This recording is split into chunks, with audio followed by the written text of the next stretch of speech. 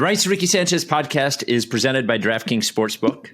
Download their top-rated app. Sign up for DraftKings Sportsbook by using promo code RTRS, and brought to you by Adam Kiseby, the official realtor of the process. Visit him at processrealtor.com, and the official sponsor of the Corner 3 newsletter, which comes out Thursdays, Stateside Urban Craft Vodka from right here in Philly. Get some at statesidevodka.com. On the show today, Sixers have been disrespected, not playing on Christmas or national TV for all the first 3 days of the season. Everyone reported to camp seems to be in a great mood. We will hit the mailbag as well as discuss the big trade that just happened in the NBA. Boy, I'm glad that we're not involved in a trade like that, to be honest with you. But before we get going, I mentioned the sponsor of the Corner 3 newsletter is Stateside Vodka. I don't know if they have any left, but if they do a black label bourbon, I think, once in a while. And it was on sale last week, and they sent me some of it, and it is fucking great. It's good. I had some too. It's good. I'm a bourbon guy, and it's good, man. It's good. They do it well. The vodka, which is their specialty, also they do well. Distilled 7 times, gluten-free, kosher, carb-free, sugar-free, fucking delicious, made right here in Philly.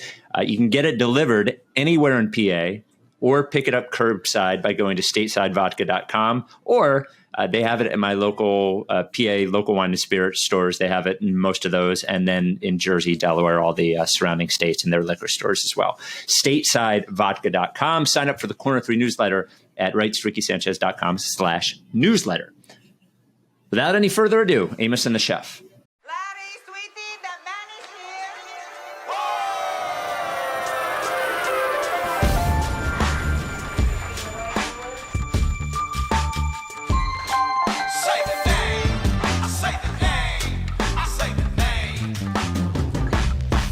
We were right, y'all.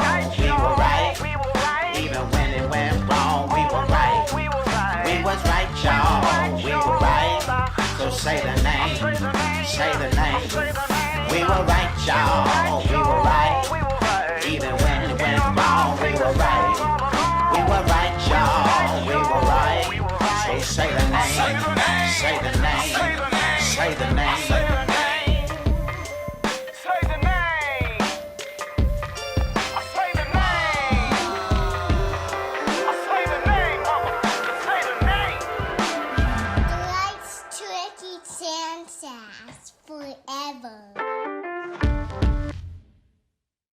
Welcome to the Rights to Ricky Sanchez podcast. I'm Spike Eskin, along with a guy who doesn't have this podcast anywhere near his most listened to things on Spotify this year, Mike Levin.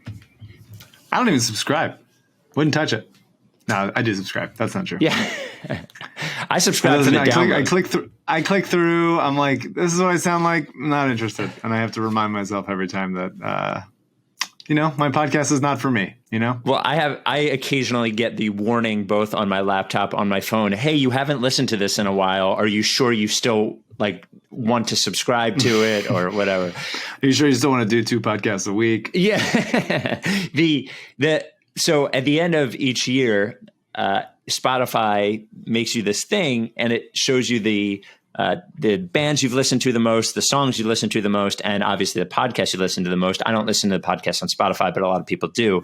And, we saw a lot of, I appreciate people tweeting out and Instagramming how that we were their number one podcast, but some of the numbers, the minutes and the number of podcasts people have listened to in the last year. One guy, I'll find him and give him credit. 114 episodes. Mike, we haven't done 114 episodes this year. It means the number that we do was not enough for him, so he went back to other ones. It feels like more. Let me just say that. At least 214. I saw a lot of 90s out there. I appreciate that. I appreciate the 60s. Big Prison Mike said he would have had more, but he has switched to YouTube. He watches it on YouTube. So we have some people who have switched to YouTube. I'm going to try. Those people are the most have the most illness. Yeah, in all sorts sickest of ways. Yeah, they have to watch. Just watching me sort of rub my face. It's the least dynamic I've ever been. I don't even have it up. I don't want to look at myself, and you're looking at me. God bless you. Charlie Wigington listened to 94 episodes this year. And then Ned at Nedster26 on Twitter, 114 episodes and 9,494 minutes of Ricky this year. So I'm honored and just fucking terribly disturbed. Terribly disturbed. I'm around myself all the time and I hate it. Yeah, it's more than enough. You guys choosing to do it. Yeah. I appreciate it. Very nice. We love you guys. I'm very appreciative. How about this trade, huh? I know. So the Houston Rockets send Russell Westbrook to the Washington Wizards for John Wall and a first-round pick. I didn't see what the pick was. It is protected 2023. Protected. First-round pick 2023. Oh, okay. It doesn't say what the protections are. Okay. I don't know. I don't know what the point of it is for. I can actually understand the point of it. I'm a John Wall guy. I was always a John Wall guy. But even Andrew Sharp, who is a John Wall guy, has told me maybe you shouldn't be a John Wall guy anymore. Like there's a lot of bad signs there. I could understand why the Wizards would do it because at least they have a functional player in Russell Westbrook, and there's no guarantee that John Wall is even a functional player. I can't understand why Houston would do it if I suppose the only way is that they're the only ones who would trade you anything for Russell Westbrook and he demanded to get out. Is that it? I think so. Yeah. I think they, for whatever reason, whether it's personality wise or just on the court, thought there was a ceiling, determined that Russ and Harden wasn't going to do it. I just think that we're still like in the middle of a, building coming down.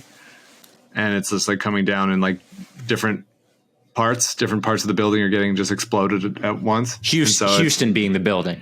Yeah. So I don't know. Maybe John Wall hasn't played in a long time. Yeah, a couple of years. Like, in a long time. Alyssa pays attention to the NBA a lot, and granted has paid attention more the past few years. But when I told her about this trade, she didn't know who John Wall was, and it's like that's like. Not to say that this is not making fun of Alyssa at all, but it's just like it's been a while, man. He has not been relevant in a pretty long time, and I think that it's like the league has changed since he's been gone. Like he was in a coma for a decade. It's very odd. Russell Westbrook and Bradley Beal, I think, is more interesting, and the Wizards have like a real, they have Davis Bertans. I think they'll probably make the playoffs, or at least they're positioned to. Maybe. I don't know. Yeah, I mean, now that it's a 10 seeded playoffs because the 7, 8, 9, 10 seeds get to do in a playoff, I think they'll probably position themselves well for that. They at least have a little more certainty with Westbrook, and that like Wall, who knows how he looks after these injuries. And maybe the Rockets are just like, we're going to play out the string. And eventually someone's going to blow us down with a James Harden trade. That's kind of what it feels like at this point. And then we'll have drowning in alcohol John Wall with however many knees he has left. Is it a knee injury? I can't even remember. But I would guess he has 2 knees still. Yeah, maybe. I mean, who knows? Well, congratulations, Rockets and Wizards, for just the most depressing trade of the NBA season, right? It is the most amount of money that's ever been traded in a trade where no one's happy at all. Just like everyone's just shrugging loudly as just like billions of dollars are getting just strewn all over the streets. It is hilarious that you have 2 players who are making are the salaries both top 5 in the NBA. I know Westbrook's probably is. He's something like that, about that, probably top 10. Like one's at 40, like around $40 million at some point. And look, there are problems here, but I guess my point being, here are 2 players that literally almost nobody wants, that are getting paid as much money as you can possibly pay anybody. It's really incredible. I mean, and the owners set up all of these protections from themselves, like all these things to prevent them from doing just the worst things possible. And you just they do. It is so bizarre how that is the case. Like the Tobias Harris contract that the Sixers signed made him immediately. Nothing's untradeable, as these deals are showing. You're usually not trading stuff untradeable contracts for like good things, but you can do it if you need to do it. But it's amazing how quickly it's like, well, we have to do this thing. And it's like immediately this contract is poison. Right. Like the Gordon Hayward contract in Charlotte might be, I think it's fine now. What else were they going to get kind of thing? But in a year, in 3 months, it might just be like, oh, that thing is going to be forever. And they having just come off the Nick Batum thing where when they signed him to that, it was like, that's horrible. What do you do? It's amazing how a good player, if signed to a horrendous contract, becomes, worse value than like Korkmaz at the minimum. Like it's amazing how quickly that happens. So the number one salary in the NBA, I didn't see what LeBron signed for. I assume he is now number one. But prior to the LeBron signing, Curry was number one at $43,006,000. Tied for number two with Chris Paul is Russell Westbrook at $41,358,000. And then number four, right behind Russell Westbrook, they're literally right behind there. John Wall is making $100,000 less than Russell Westbrook. So they're both making $41 million this year each. A lot. It's quite a bit. Oh my! It does open up. I think if you're the Sixers and you're looking at either Harden or Beal, it does start to open that up as like this. If either of these things go sour quickly, which they probably will, yeah, it does open those doors. Yeah, Bradley Beal's not going to like playing with Russell Westbrook. There's just no way. And honestly, Tobias Harris at the 15th highest paid player, I don't know. It doesn't feel quite as bad anymore at $34 million. So speaking of our Sixers, by the way, I have to. You all appreciate this one. The second part, most notably, the 5-star Apple podcast review of the week. We're at 2,793. The subject line is "Representation Matters." Jewish Philadelphia sports fans who subconsciously look down on Eagles fans. Nice to see some representation of that in art. I don't think you look down on Eagles fans. I don't. No, I think people of our ilk, our community, I think may look down on. Like I think the original process people probably look down on every other fan. I don't look down on Eagles fans at all. I think we are Eagles fans, so yes, it's hard to. Yeah. Yes, I look down on people that I think are stupid. That you look down on the guys who fought John Wall or Mike Scott. You don't look down on Eagles fans.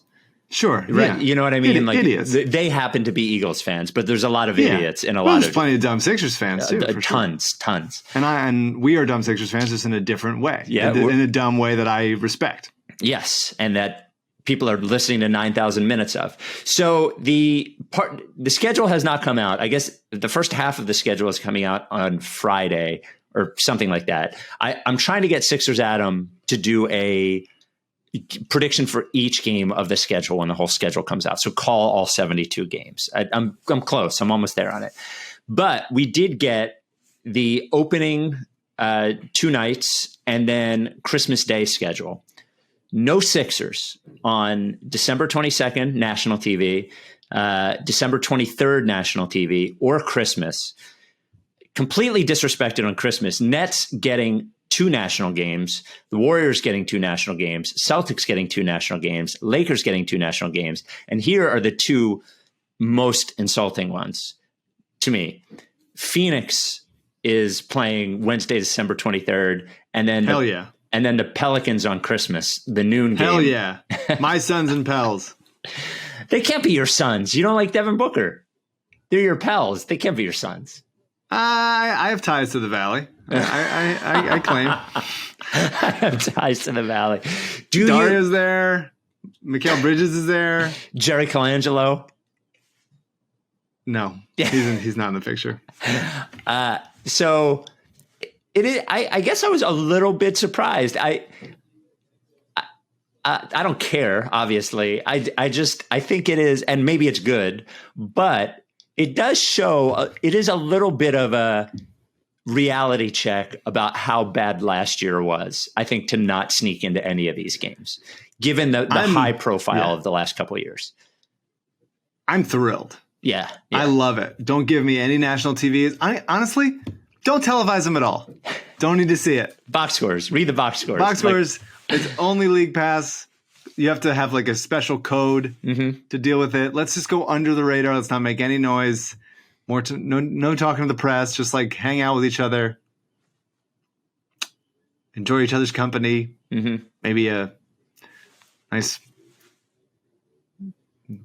old vintage red bottle of wine. Well, curl up by the fire in the winter. Yeah, I mean, I truly, I don't know. If they need this to be bulletin board material, then like absolutely great. Take it. I think the Sixers are going to be a tremendously more watchable team than they were last year. They would have to be. Yeah. By the way, on the bulletin board, all they should have are the box scores of the fucking first round of the playoffs last year. That should be the bulletin board material. Al Horford mid clap. Yeah. Well, yeah. So there you go. No, and look, free to enjoy Christmas basketball without any, aggravation. What a gift. Yeah. And to your point, if they weren't televised at all, which I think we should start campaigning for. I was talking to John Marks a couple of weeks ago. We were talking about when, like, prior to the internet, I would wake up in the morning, get the newspaper, and read every baseball box score, like each one, to see how every player did. Somehow I enjoyed sports a lot more then when I was not watching as much of them. So maybe just getting up and reading the box score would be, how many times last year did Joel Embiid go for 28 and 12? And we got on this podcast and we were like, turned it over, passing out of double teams. I don't know. He completely disappeared in the second quarter. All these things. But if we just read the box score, it would be like 28 and 12. This guy's going to the Hall of Fame. It'd be great. Way better. That's why I enjoy minor league baseball so much. Yeah, because you're not watching. It's the best. Yeah, great hats, great logos. You don't have to watch. Did you know that I was texting with our friend Mike Weber today. Do you know I was trying to think the last Sixers player that they drafted who played his full rookie contract here without missing a year the way Simmons or Embiid did, or multiple people, or had like Dario is a guy who didn't come over right away. Just like a regular, they drafted him and he actually played in all 4 years as like, doesn't have to be a starter or anything, but played real regular minutes. Like Shake's rookie season, he played a couple games and was mostly not there. That doesn't count. I mean, who's here and played for their whole rookie contract here? Thaddeus Young. It was he's the second to most recent. Drew is the one. He was here for all 4 years of his rookie contract and then was traded. Okay, yeah, and he was also. I was actually thinking about that team. Was it Lou Williams? Was it so? Yeah, right. Evan Turner got traded midway through his 4th season, so close. Congratulations, by the way, to Evan Turner, assistant, now a coworker of the Ricky's own Jerome Allen, as he is an assistant coach. I think he'll be a great assistant coach, honestly. Players seem to really like Evan Turner. And they didn't at first. No, but he became self-aware, and I think everyone got used to him. And the other thing is, like, he's sort of the perfect guy to be a development coach in that his physical gifts were pretty meager. He ended up with a longish career, a great college career. And those are the players that end up being great coaches. It's not the superstar players that end up being great coaches. It's the guys that, made the most out of what they could. And it seems like he wants to coach if he's retiring this year, because he could certainly get paid to play for a little bit longer. So, well, in my mind, it's weird that he would become an assistant coach when you don't even really need a coach. Like, the NBA is phasing out coaches if you talk to Kyrie. And so why would they even It's like a dying business. Right. It's gone. Like, go like, write for a newspaper, Ev. So the actually, before we get to the training camp quotes, I'm gonna read you some of the first press availabilities. So we have some quotes from some players and a coach. I'm going to read the quote. You're going to tell me whether you believe it or don't believe it, true or untrue. But before that, you're actually going to be particularly interested in the DraftKings Sportsbook talk today, because there's a little college basketball in there. I'm going to ask you, because I don't fucking know the answer. I hadn't played, we don't talk about the casino very much anymore because there is sports. When we were talking about DraftKings before there were sports, I did have I hadn't played blackjack in the DraftKings casino for weeks and weeks. I swore it off for a little while. The other night, nice run. I had a nice run in DraftKings blackjack. But college basketball, a huge matchup this weekend. Gonzaga and Baylor. I am told, at least from the commercial copy, that these are two teams that could be ranked number one. Gonzaga is ranked 1 right now. Baylor is, I think, 3 or 2 or 3. And there's also Baylor, Illinois happening tonight in a couple hours that I'm excited to watch. It's weird. It's weird to get back into college basketball, but I'm very excited. Draft is over. We're in. So you asked me who's going to win? Yeah, I'm trying to look up the line, but maybe the line won't be there until tonight's game is. Wait. Here we go. Is it Saturday or Sunday? Do you know, Gonzaga or Baylor? I don't see it. Sounds like a Saturday. Yeah, I don't think the line's there yet. So who's going to win, Gonzaga or Baylor? I would say Gonzaga. Baylor is a little. They lost Freddie Gillespie inside, so they're a little thin inside. They have a very like chunky guy that I think you might like in what's his name? Oh no, what's his name? Is he a chunky guard? I haven't watched them play this year. They only played 2 games. He's like a 6'5" chunky boy. His name Mark Vidal. Okay. Guy's a man. And so he's definitely like a PJ Tucker shaped, but probably chunkier. Okay. And they have a guy named Jared Butler who I like a lot. But I think Gonzaga will probably just have a little too much inside. Although they had a guy named Jalen Suggs who just got hurt, who's going to be a lottery pick this year. So maybe if Suggs is out, then Baylor. I'm waffling. Well, the good news is DraftKings Sportsbook giving all college basketball fans who sign up now chance to win $100. I'll say Baylor. Baylor. There you go. DraftKings Sportsbook giving all college basketball fans who sign up now the chance to win $100 when betting on either Gonzaga or Baylor.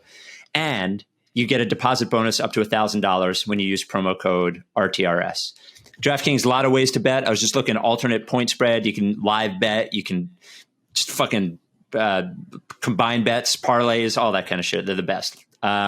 Safe, reliable, secure. You deposit. I actually use PayPal to deposit. So I always play with 50. I start with 50 on blackjack.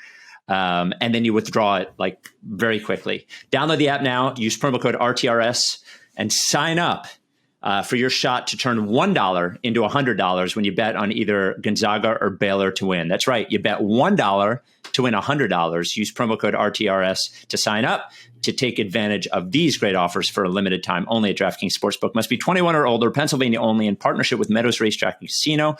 Bonus comprised of a first deposit. Deposit bonus requires 25 times playthrough. Restrictions apply. See DraftKings.com/sportsbook for details. Gambling problem? Call 1-800-GAMBLER.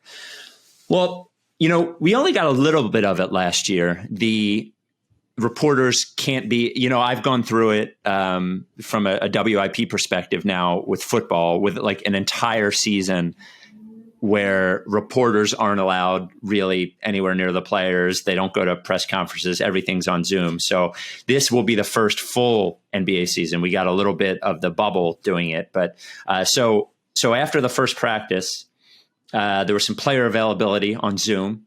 And by the way, here's the problem with Zoom. The problem from a reporter perspective is that it's very difficult to follow up on your question because they can mute you or make you loud and they just go on to the next person. So that's just the context of why it's tough. So some quotes. The first one from Shake Milton says he put on 14 pounds of muscle during the break. Now, the Sixers stopped playing in August, right? Or July, I don't even remember. It's November. Do you believe that he put on 14 pounds in a good way? No. Yeah. I totally don't. I believe that if he got 14 pounds, maybe just like a longer wrist. Yeah. He put in, you know how those you have, I used to have a kitchen table at my parents' house when like you could like extend it and then put the little thing in there. I think that's what he had, like the part of the table that extends a little bit when there's company coming over. Yep. That I think is I think that's coming onto his wrist. Yeah, that it goes basically from a 4 table to a 6-person table, or a 6 to an 8. So he has like a go-go gadget arm. A little bit, yeah. That's what I believe it is. This from Doc Rivers was a questionably, in my view, maybe questionably worded quote. Somebody asked about Ben and Joel, and Kyle Newbeck actually sent me the full context of the quote, but I still don't think it really says it.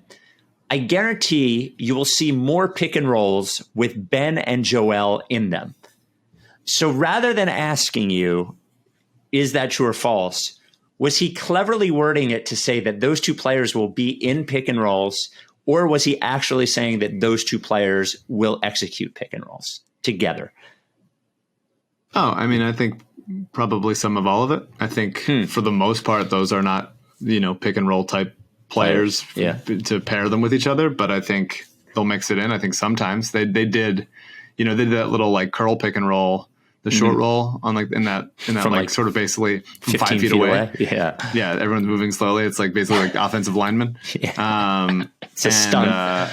So a little bit of that, but I think for the most part, it'll be a lot of Seth Curry. It'll be Shake. It'll be Maxey with those guys rolling and kicking out and seeing. Be interesting to see Ben and Joel even roll at all. So I would love to see some roll. I would love to see some roll. From Doc Rivers, this is about Shake Milton. I told him I would hold him far more accountable defensively than I did for Jamal or Lou Williams for sure. Shake has that ability in him. Will he be held accountable? Yes. Will he be a better defender this year than he was last year? Because he was not very good last year. Yeah. Think so? Yes. I mean, I believe in Shake being an average defender. He is long. He's not that quick laterally. He's a smart player. He can anticipate better. I think there's no reason why. He obviously has to get stronger. Hopefully the wrist elongation will help. But I don't think he's going to be. I don't think as he goes along in his career, he's just always going to be a bad defender. Like that's the way he's built, his length and intelligence, that would be inexcusable. And so I think I believe in him becoming an average defender for sure. Doc, on Ben and Joe, the biggest thing seeing them in the gym is their IQs. They're both brilliantly smart basketball players. Do we believe him? Yes, 100%. Brilliantly smart, both of them? Absolutely. Okay. 100%. Joel's 100% a brilliant basketball player. You don't become an anchor of a defense right as a rookie that's played very few years of basketball unless you like really see things. And the way he manipulates into getting foul calls as a post up center, which people just like kind of don't do anymore. Like he is. And Ben as a passer and as a defender, versatility wise, like passing especially, is the most like 1-to-1 IQ type thing, right? When you talk about like a high IQ player, generally you think of like Marc Gasol and Jokic and guys who like just see the floor so beautifully, whatever. Yeah, I think so. Absolutely. Okay. Next one. I'll come back to Doc Rivers. I love this one from Furk. Actually, 2 quotes from Furk on Korkmaz. I can come off the picks. I can create. I don't want to just be a shooter. I believe him. I believe that 100%. Okay. And the next one from Furk. Now, I've seen some pictures, and I will preface this was when I saw Furk pictures during quarantine, it looked like Furk put on the quarantine 15, is to my eyes. He looked like he had a rounder face. Furk on Korkmaz. I got stronger, I got bigger, and then I was working on my shot, of course. I was working on my dribbling stuff. Do you think Furk is coming back stronger and bigger? No. Okay, so false. Okay, couple more Doc quotes. I believe that he's dribbling around a lot. Yes, he is dribbling. In his driveway, just all over the place. Yeah. Looking cool. Maybe doing it in front of a mirror. Yep, with the Darth Vader helmet on. He probably still has it. Yeah. Doc Rivers on Ben Simmons. If he takes no shots, I'm fine. If he takes 10 threes, I'm fine. If he gets to the line 15 times, I'm fine. Ben is brilliant enough for me to allow him to play and not get in his way and try to cloud his head up with a bunch of crap. I mean, That's pandering. a little. I mean, I think I don't know. I don't know the answer, right? I'm not sitting here here's how you make Ben Simmons into takes, let's say, 3 threes a game and shoots like 32% on them. There's no I'm not sitting on the solution here. And so I have to operate under the assumption that he just never will. He's just never going to shoot regularly, space the floor in a way that we want him to. And is that going to put a ceiling on his ability? Absolutely. But when a player never does anything in that, it's hard to assume they're going to eventually do it. We've been here long enough that I can't assume it. So I don't know what Doc is trying to get. Maybe he's just accepting him as he is. I don't know. I like that he just threw in there, hey, if he gets to the line 15 times, I'm fine. Like that. Well, that is a thing that he needs to do more. That is a thing. It's I'm less focused on that. Yeah. If you're not going to do this, fine, but you got to give me this. That should be a area of improvement for sure. It was sort of look, if you want to give me a ride to the airport, fine. If you don't want to, fine. If you want to give me $1 million, fine. He threw the 15 foul shots a game in there. And then one more from Doc. He's still young. So I think Furkan is going to be a very big piece to what we do this year. I don't know what the young thing comes in. I guess I think he's going to grow some. I don't know. I mean, Korkmaz had a great season last year. I love Kork. He shoots the ball. He has a high release point. He gets it off pretty quick. Mm-hmm. He runs around a little bit. He can create, attack a pump fake a little bit. Mm-hmm. He has some vision, a little crafty finishing and stuff. Yeah. Not zero athleticism. There's things to build upon more there. He's got that Boris Diaw, even though he's slow, Euro feel for the game thing going on. Yeah. He throws clever passes. He goes behind the back when he shouldn't, but he looks smooth doing it. And occasionally there will be a move in there that is just looks very natural for him, even though he doesn't do it very often. A little, once in a while he'll throw a Kyle Anderson type thing at you. But his decision-making apparatus is a little bit faulty.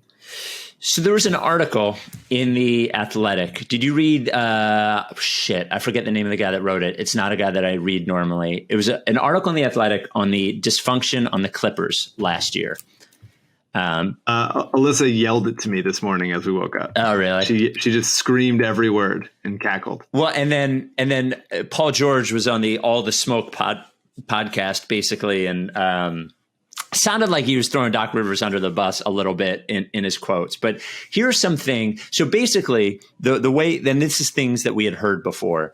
The way this laid it out is that Paul George and Kawhi Leonard had one set of rules, and the rest of the team had another set of rules, and the rest of the team, on this particular team, that did not work. Some of the things that Leonard and George had. Leonard and George were the only players to have their own personal security guards and trainers. They had power over the team's practice and travel schedule, leading teammates to believe Leonard canceled multiple practices. Leonard was allowed to live in San Diego and commute from there, which often made him late for team flights. They didn't speak to the media for at least 45 minutes after games concluded under the guise of post-game treatment or workouts. This usually resulted in their teammates speaking with the media first and for longer, essentially becoming the public voices of the team. Teammates also believed that Leonard and George were able to pick and choose when they played. Not only did they sit out games entirely, but also at times they accepted or declined playing time in the moment. And here is the thing that I felt most interesting. Obviously, Doc Rivers, coach of the team last year. Teammates had a level of acceptance for Leonard's preferential treatment, as his status as two-time champion and 2 times finals MVP, and then reigning finals MVP, was indisputable. But George's treatment was more of an issue within the locker room, league sources said. George, while a perennial all-star and all-NBA candidate, didn't carry the same cachet with his teammates. There was a sentiment among certain teammates of, what have you accomplished in the playoffs? Multiple league sources said. And here is why this is interesting to me, is that thing that Paul George got away with that pissed off the rest of the players, I feel like, in part, has been a problem with Ben and Joel over the last few years. In guys that get their run, you know, there's been whispers of Joe playing when he wants to play, you know, Ben doing what he wants to do, doesn't do this thing to help the team, doesn't do any that to help the team without having earned it. I think it was one of the things that Jimmy didn't like. I think it rubs some guys the wrong way. The question is, does Doc Rivers have the energy and cachet to get rid of that? You know what I mean? Here, like, he obviously, the situation was too big for him in LA, probably. Like, all of that was over his head, the Kawhi, and he probably just gave up to a certain point. I guess my question is Doc Rivers coming in here and letting those guys know, until you earn it, like, you don't get to do that shit anymore? What do you think? I mean, it's the big question. I don't know what I think. I'm just curious what you think. Well, I mean, every team has like their best players who set the tone. Mm-hmm. And some of them are very vocal about it. Mm-hmm. And, like, you know, people point to Dame a lot as the guy that is like, he is really the culture in Portland. And, like, he does a good job, and he, you know, pulls people aside and says, we don't do that here. And, like, this is what it is. And Miami is talked about as like a heat culture. You either buy in or you're out kind of thing. LeBron pretty much set the tone this year in LA, and got a bunch of vets around him, and like everybody followed suit basically. Which is going to be, which is interesting, by the way, because last year it was a clusterfuck in LA, you know, and this year they figured it out. Obviously, the weight of the Anthony Davis situation was over the team last year. But I'm sorry, continue. Yeah, and you know, Kyrie forced his way out in Cleveland, and then immediately did a bad job of being like the number one guy, and like quickly talked to LeBron about like, well, I guess I was wrong about how, you know, what it's like to be the number one dude or whatever it is. And so Ben and Joel have not been vocal or even really non-vocal leaders, despite the fact that they have been the clear best players in the team, you know, pretty much over the last 4 years. And it's going to be on them to just decide. Like, I think if they don't want to, if Doc doesn't get buy-in from them, you know, both of them have only played for one coach. Brett is the coach that they've played for the longest. Mm-hmm. I mean, Joe bounced around high schools, Ben bounced around high schools a little bit, and then both played 1 year at college. So they only played for Brett. He's the longest tenure guy. So this is a new voice that both of them are going to be hearing from. It's a voice of a guy that has coached a ton of Hall of Famers in Doc Rivers, has won a championship, has obviously had a bunch of notorious failures in the playoffs. But it's got to be a partnership. Like, Doc signs this big contract. He comes here. He knows these guys are entering the prime of their careers. Hopefully a long prime is what we want. But like, it's going to need to be a partnership where Doc needs to get their buy-in, and they need to set the tone for everybody else. And I would include Tobias in that, as he is more of a vocal leader than both of those guys. Because if Ben and Joel just aren't willing to, you know, work the hardest, set the tone, commit all the time, you know, be engaged, that kind of thing. Not to say to be like a, you know, an honors student, and you can't, like, you know, you have to be like rah guy all the time, but you got to be a leader. You got to really be the leader. If they're not willing to do that kind of stuff, then it doesn't matter what Doc does. Like, he's not going to like penalize them into like, well, now we're trading him because we're choosing Doc over Embiid or whatever it is. It's like, as a coach, these guys are the guys that you're coaching have a shit ton of money and all the power in the world and a ton of talent. And they think that their talent should be able to afford them certain whatever privileges that like friggin' Mike Scott and Cork Maz don't get because they're, you know, replaceable. And so what it's going to take is just like buying in and connecting on a human level and deciding that like, hey, we think that this team is good enough to make a championship run if you guys set the tone and do what it takes. And so I don't know. I mean, I hope Doc can say like, hey, that sucked last year, and here's what went wrong, and I don't want to do that this year. I want to build for something for a long time and all that stuff. Yeah, I think the most important thing out of that is the leading by example thing is that, like, if being a vocal leader comes second, right? Because the only way you can be a vocal leader is if they buy into what you are and what you're doing, which means you have to care, and you have to care more than everybody and work harder than everybody. And at that point, they can't call bullshit on you, right? Like, if you prove you want this more than anybody, like if you really, I'm not talking about like being a tryhard, but I'm talking about like, you know, like really caring. I mean, like, to get 13 other professional athletes who are being paid millions of dollars to care what the fuck you have to say, that you have to live it, you know, you have to be it. And I think in their different ways, even though they've both had successful seasons and successful careers so far, I think that is, you can doubt that. And I think to a certain extent, the organization allowed it and like let it fester. And I think it made it worse. And it's very important. I hope that there's time. Like, I hope they have done this in time to set them. There's not that they're bad guys. They're not bad guys. Joel is a great guy. I don't know much about Ben, but he comes to work, he plays, all those sorts of things. But like, to get treated differently than everybody else, you got to be different than everybody else, and they gotta earn it, I think. So I hope Doc Rivers can be the guy. I hope, at least to your point, it's somebody new, that they're like, shit, new guys here. You know what I mean? Like, I can't be that way with a new guy. So another thing that Paul George said on that podcast was that they hardly ever practiced. Now, teams don't practice very much during the regular season anyway. They don't practice a lot. But for a vet to say that they didn't ever practice, that is weird. Yeah, and especially I think especially in this, like, cat. For sure, especially in like a coronavirus season, like it if somebody fucks up, they're not in a bubble anymore. If somebody fucks up, like, the team's going to not play for a couple weeks. If there becomes a, like, hey, this guy tested positive and everybody's got a quarantine, and now all of a sudden we're done the rest of the month. Like, you are really, it is, you know, in the bubble it was, we're here, we're stuck with each other. This thing can go one of two ways. We can either like form these lifelong bonds, like we're in summer camp, or we can just get fucking tired of everybody and be like, this is over. I'm not doing this anymore.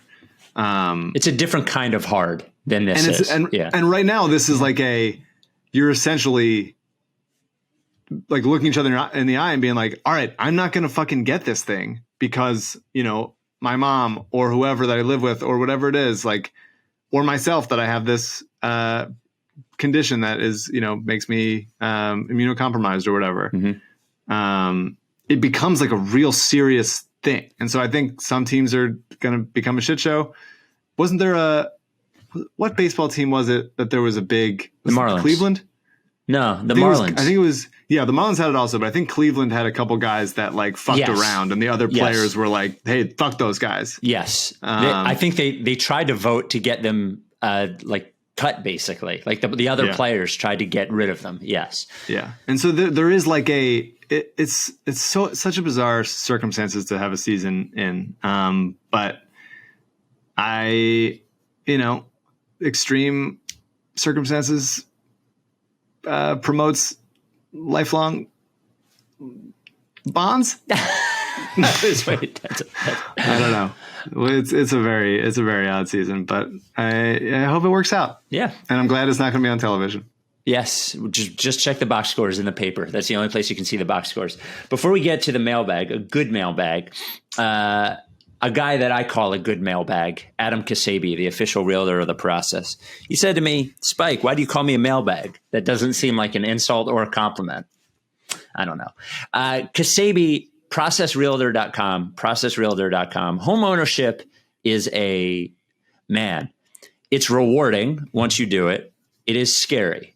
right? Like you go and you look at this house and maybe it's a couple $100,000, few $100,000, because houses are going fast now. You have to basically decide that day, do you want to pay off this thing for hundreds of thousands of dollars for 30 years? It's tough. You need somebody you can trust. Adam Kiseby, he's your guy. Now, if you want, if you just want to, if you work remotely, you want to live at the Delaware beaches. Delaware is where Adam is licensed to sell. Anywhere in Delaware, specializes in Delaware beaches. He can hook you up. Low property taxes, low interest rates now. And when I say the property taxes are low at the Delaware beaches, like $1,000 a year compared to like 15 times that at Jersey Shore.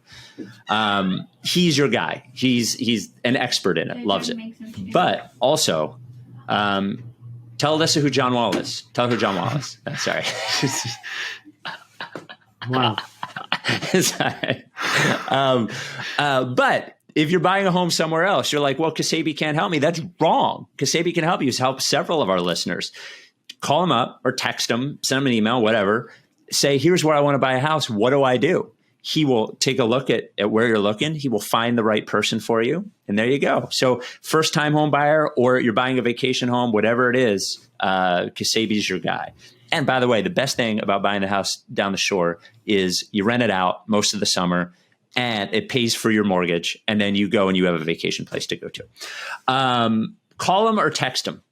Go at 302-864-8643, 302-864-8643. I didn't mention as well, if you want to refinance, he's got a guy for that too. And I actually used his guy for that too. That went through. It's all good. Refinanced, paying less money every month. It's great. Or email him, adam@processrealtor.com. That is Adam Kiseby, Ksebe, the official realtor of the process. All right. Alyssa apologizes. She has a migraine and she's on drugs. So it's funny you say that. So I was recording Carl Landry Record Club with Mutlu the other day, and I was giving him some times as to when we could record the next one. And he goes, hey, can we do the night one? They're doing construction outside my house, and I get worried that some of the noise is going to get onto the podcast. And I'm just like, Moot, we're far past that, buddy. Far past that. Can I talk about the guy that the Sixers signed to an Exhibit 10 deal to an invite to trainer camp? Lamine Janae. Lenny Diana. What's his name? Lamine Janae. Lamine Janae. He's cool. Right. He's cool, man. Yeah. He is a really interesting player.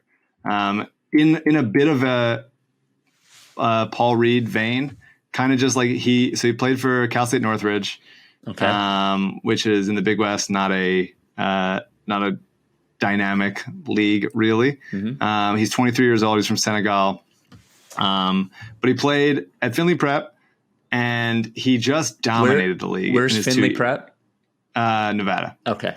I'm pretty sure it's in Vegas.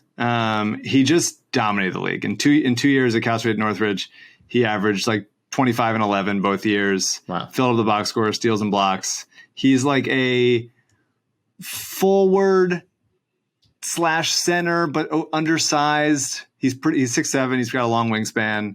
He's good in the open court. He runs the floor really well. He does not shoot well, although his shot has improved. He's got a nice little mid-range that he's got a nice little fadeaway in the post.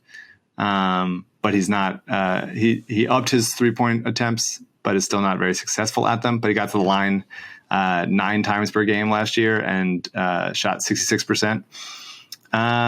He's really interesting. I think he's an NBA player. I don't think he is obviously going to dominate at that level, but just as far as like a hustle, rebound everything, capable of creating for himself a little bit and just like getting messy and doing everything, I think he will land somewhere eventually. Huh. In his nickname among some segments from on draft Twitter from friend of the podcast, Brian Schroeder, and the rest of draft Twitter is cocaine, because that's what it looks like. He plays as if he's on.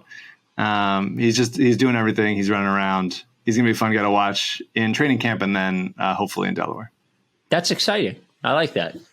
I mean, it's a different sort of description than the normal guy like that we signed. The normal guy that we like that signed is like, he's a guard. He's pretty good, I guess. He'll never be able to play at the NBA level. So getting a guy that seems like fun and weird and different is cool too. Yeah. Lorenzo Brown mailbag writes to Ricky Sanchez at gmail.com. This comes from John. I was listening to the other O'Connor's podcast when they were discussing free agent signings. When the topic of the Knicks came up, Chris dismissed their transactions as purely extending favors to Kentucky, i.e. Michael Kidd-Gilchrist and Nerlens Noel. Do any of you have any idea what Vernon is talking about there? Why would an NBA team have any incentive to be in the good graces of a university? The teams draft the players, not the other way around. This is pretty gross. I don't know if that happened, but John Calipari is CAA. And World Wide West is CAA. And it was sort of long, like even when World Wide West was in the shadows, there was sort of like a Calipari to World Wide West thing. And now Leon Rose, and by the way, the Knicks have been tied to CAA for like 15 years, you know? Yeah. Calipari has too. So, and then now Leon Rose running the team who was CAA. So I don't know if that's why they're signing these guys, but there's certainly smoke there. I don't know if there's fire there. That's why. Yeah. It's pretty There's gross. a lot of, I don't know. Like, it's very bizarre. Like when a TV show is produced or packaged by an agency or a management company, then they will try to staff the show as writers with or actors with clients from that either agency or management company. Mm-hmm. And I get that, why it's like, well, we want to get our people work and stuff. But there's no, you don't like play other teams. You don't play other writing staffs and show how much worse you are. Right. Everything is subjective in our field, where it's Right. like, even if a show wins a bunch of awards or gets a bunch of ratings, it still might suck, or the writer, it might be suck for, whatever. But like, you can see that the Knicks are bad and are bad for so long, and they keep going to this well of CAA guys. And I'm not saying that these guys aren't bad. Like Nerlens is good. It's not like they're signing random guys off the street, but you would think that eventually they would be like, maybe we try something different, but they must just be making money off of it in some shady backroom way. Yeah. I think at this point, it probably comes from a little bit different perspective, in that I would think that at this point, the Knicks are hoping that this is their version of, why do I never remember the guys? Of like the $20 million KCP deal in LA, right? Like they hope like this is like, all right, eventually doing this CAA stuff is going to pay off for us. I don't know, but they've been doing it for years. Did I ever tell you I met World Wide West when I was a kid? No, I really don't know much about this guy. So World Wide West started out, he worked at a sneaker store, I think in South Jersey, and my dad knew him. And he, all of a sudden, I remember when I was younger, I would see him like at courtside at Sixers games, and I had no idea who he was. When I met Michael Jordan, it was World Wide West that introduced me to Michael Jordan when I was a kid. And this is before he was officially anything. He just fucking knew everybody. And he would be the guy to take care of the players and do this and do that. And he was like this just sort of like weird undercover agent. But he started working at a sneaker store in South Jersey. My dad knew him back in the day. And then he never talks. He doesn't talk to anybody. There's no, like, there was like a profile on him maybe 5 years ago. I don't know if it was Deadspin or SI or whatever it was, but non-basketball question from John. When attending a live concert, what is your preferred seating area if you want to optimize the sound experience? Assuming it's a typical arena like the Wells Fargo Center, do you prefer to stand on the floor, on the side of the stage, completely off across the stage? I personally feel the sound experience is best when you're completely on the other end of the stage, but curious if you have a particular view on this. You?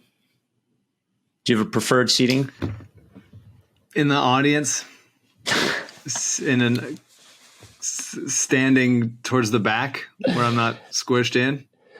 In an arena, my preferred place to sit would be on the side, not directly to the side of the stage, far enough to the side where I can see, but also not far away and maybe 20 rows up. That's not the best sound experience. Honestly, there is no best sound experience in arenas. Arenas fucking suck. If you want the best sound experience in arena, on the floor, you'll see where the sound guy is, where the soundboard is. Go there. But that's a terrible place to watch a show at the back of the floor. Go to theaters and amphitheaters and stuff. Don't go to arena shows. From Xavier, non-basketball question. Who was more popular in high school, Spike or Mike? I was wholly unpopular in high school. So my guess is it was you. What was your high school experience like? Middling. Yeah. Just a guy. I was definitely not popular. Like nerdy medium. Okay. Something. How big was your graduating class? Like 550. Okay. So I went to public school until 8th grade when my parents sent me to Episcopal. Well, what's funny is Episcopal is a school that kids go to try to get into Ivy League schools. They sent me to Episcopal because I was a fuck up and I didn't do my homework, like it was a boarding school or something. So immediately I was just worse at school than every kid there. And I remember my first day, you had to wear tie and blazer, all that shit, and a graduating class of 100 kids. So not hard to get lost, right? You were something. There wasn't really any middling. My first day in 8th grade, I wore a Metallica t-shirt underneath my button-down shirt, and some kid called me a Satan worshiper, and that lasted the entire 8th grade year. And I was very... What's that? And you are. Right. There you go. And I was very fat, which didn't lead itself well. I was not a good student. I was not good at sports.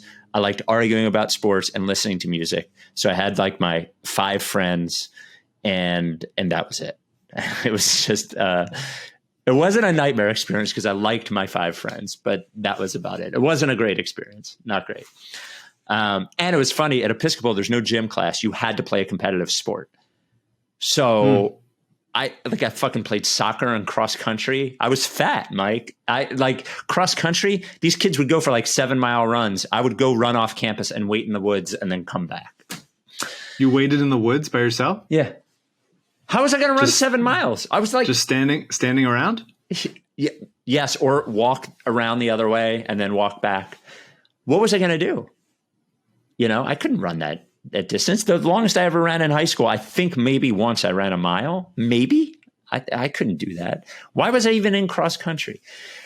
Anyway, I'll do 1 or 2 more here. This is from Dan. Good question, actually. Have either of you guys heard anything on Ben Simmons' rehab injury status? I thought that he looked slightly less explosive in the bubble and seemed to struggle extra with finishing around the rim. He's been struggling with back issues for multiple years now, and I haven't heard anyone broach the idea that his recent back knee injury may lower his athletic ceiling and he may be slightly less explosive going forward. Did either of you notice him being less explosive, and what do you think about his injuries and his mindset moving forward?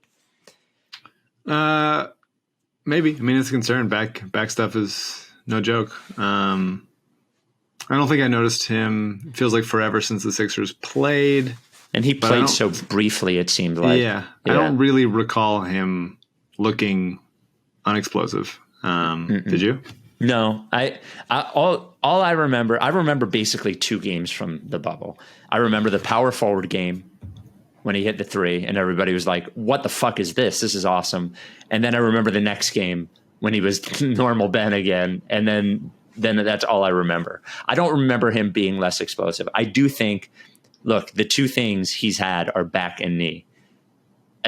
Not great, right? Like the foot injury probably doesn't matter at this point. It was a broken bone. It healed, whatever. But the knee stuff and the back stuff is not great. And didn't he say he threw up because his back hurt so bad? Mm-hmm. And back injuries just don't tend to disappear. they linger. They'll always be there most of the time. So yeah, it's especially with a guy who relies on athleticism a lot. You know, one of the reason that LeBron's been able to he threw up from the back injury and then played, I think, right? No, I think it was when he came back and then he re-injured it that he threw up. And that was just a total coincidence. Yeah. Different back. Different back. It was his other back. His other back.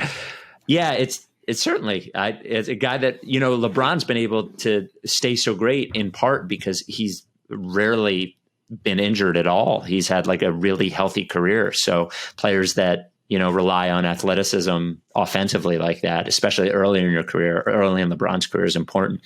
Non-basketball question. This is actually a basketball question, but if you could put your own brain in any current or former Sixer with the hope of improving their basketball abilities, who would you choose? And alternatively, if you had to choose one Sixer to enter your own body and record 2 pods a week, who do you think would be the best choice of past or former Sixers?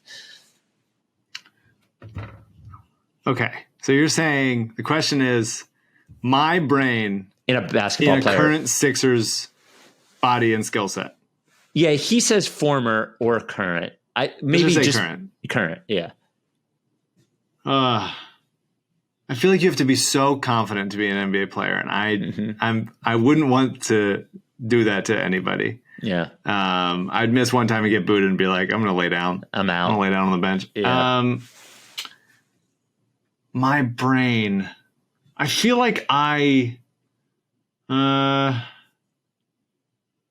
the team again? Like my brain. Okay, here's what I'll say. My brain on Justin Anderson's body. I'll take that. That just seems like it would be Justin Anderson. No, because I would know what I can't do. Okay. And I would see the floor a little bit better. Look, honestly, there's literally no Sixer that would be better with my brain in their head.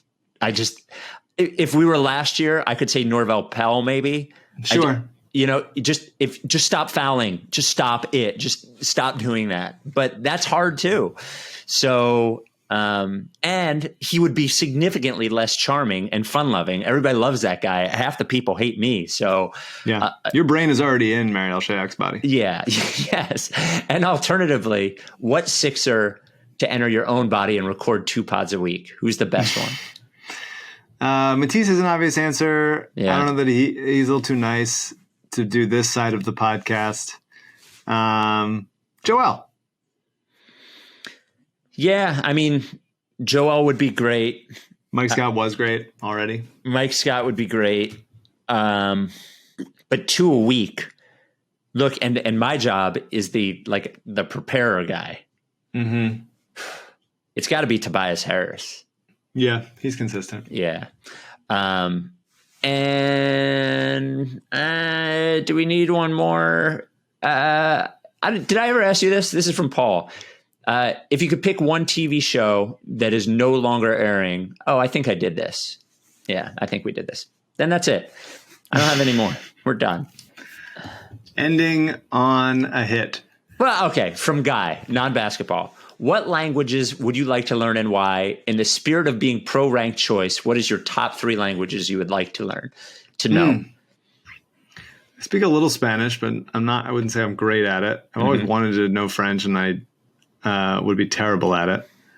I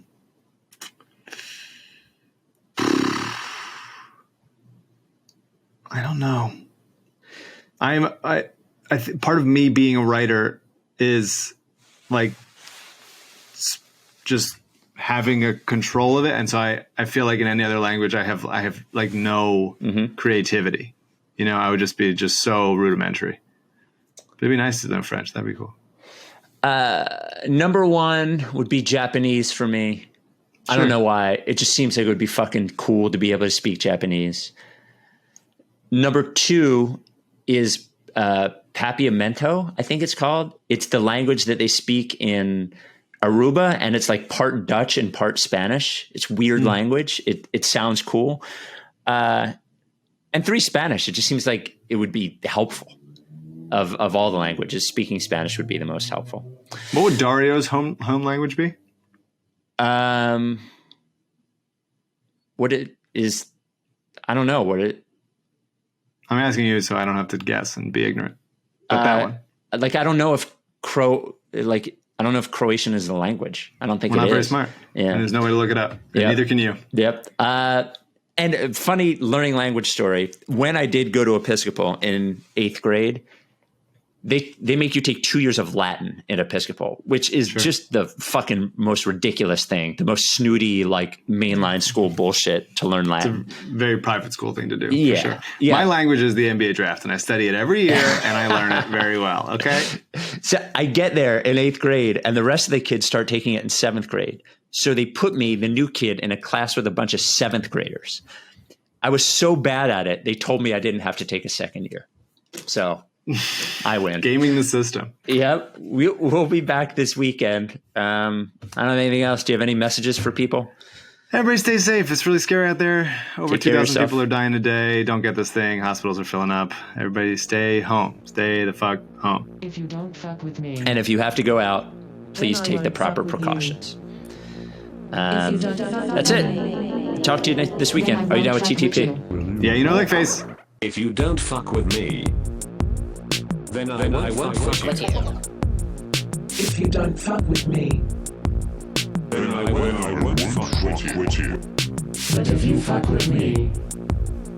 That's a plan B.